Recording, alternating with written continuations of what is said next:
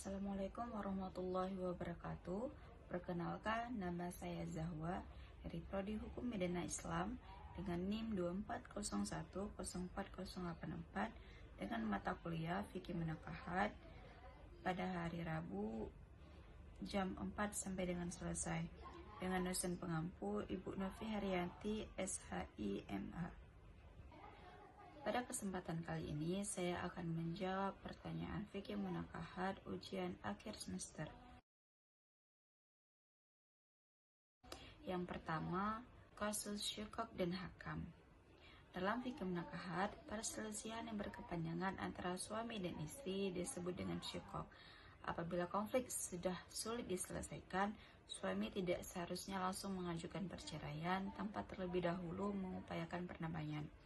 Salah satu cara yang dianjurkan adalah mengangkat dua orang hakam, yaitu seorang wakil dari keluarga suami dan seorang wakil dari keluarga istri.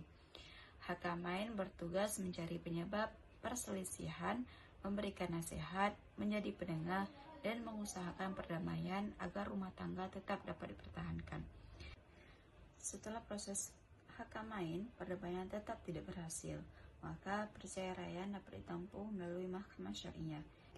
Kesimpulannya, Ghazi Amzar sebaiknya tidak langsung mengajukan perceraian, tetapi terlebih dahulu menempuh proses hakamain karena tujuan utama syariat adalah mendamaikan dan mempertahankan keutuhan rumah tangga. Jawaban kedua adalah pembahasan tentang lafaz talak. Ucapan Faizul, kita selesai, pulanglah kamu ke orang tuamu, termasuk lafaz kinayah, yaitu lafaz yang tidak secara tegas menyebutkan kata talak atau cerai. Menurut fikih munakahat, talak dengan lafaz kinayah dengan dianggap sah apabila disertai niat untuk menceraikan pada saat ucapan itu diucapkan. Apabila tidak ada niat talak dan ucapan tersebut hanya dilontarkan karena emosi, maka talak belum terjadi dan status perkawinan mereka tetap sah. Kesimpulannya, keabsahan talak bergantung pada niat Faizul. Jika tidak ada niat menceraikan, maka hubungan suami istri masih tetap utuh. Jawaban nomor 3 mengenai tentang zihar. Ucapan suami yang menyatakan bahwa punggung istrinya seperti punggung ibunya disebut zihar dalam fikih munakahat. Zihar tidak menyebabkan putusnya pernikahan, tetapi suami dilarang berhubungan dengan istrinya sebelum membayar kafarah. Kafarah dilakukan secara berurutan, yaitu memerdekakan budak, jika tidak mampu berpuasa 2 bulan berturut-turut, apabila masih tidak mampu memberi makan 60 orang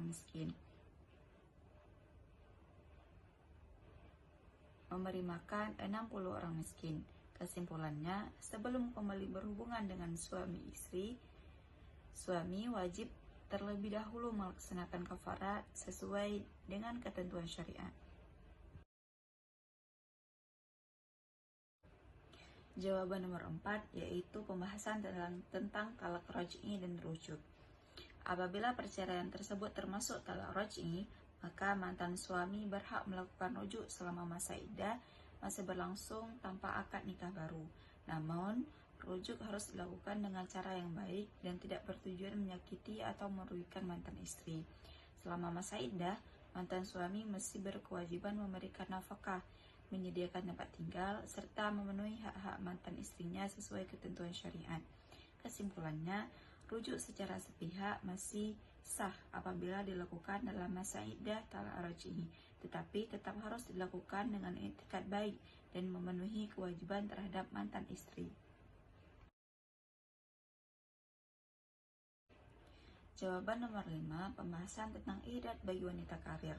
Dalam fikih munakahat, wanita yang ditinggal wafat suaminya wajib menjalani masa iddat selama 4 bulan 10 hari. Pada masa tersebut, ia dianjurkan tidak berhias secara berlebihan dan membatasi aktivitas di luar rumah, kecuali karena kebutuhan yang mendesak. Dalam kasus Rival Ninovi Ananta, sebagai dokter spesialis, pekerjaannya berkaitan dengan penyelamatan nyawa manusia. Oleh karena itu, ia diperbolehkan keluar rumah untuk bekerja karena termasuk kebutuhan yang penting atau darurat, dengan tetap menjaga ketentuan ihdat seperti berpakaian sederhana, tidak berhias secara berlebihan, dan kembali ke rumah setelah selesai bekerja. Kesimpulannya, syariat memberikan kelonggaran bagi wanita karir apabila pekerjaannya sangat dibutuhkan masyarakat, sehingga aturan ihdad tetap dapat dijalankan tanpa mengabaikan nilai kemanusiaan.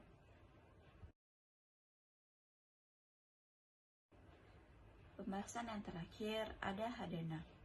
Menurut fikih munakahat, dalam masalah ini pernikahan kembali seorang ibu tidak secara otomatis menggugurkan hak hadanah atau hak asuh anak. Yang menjadi pertimbangan utama adalah kemaslahatan dan kepentingan terbaik bagi anak.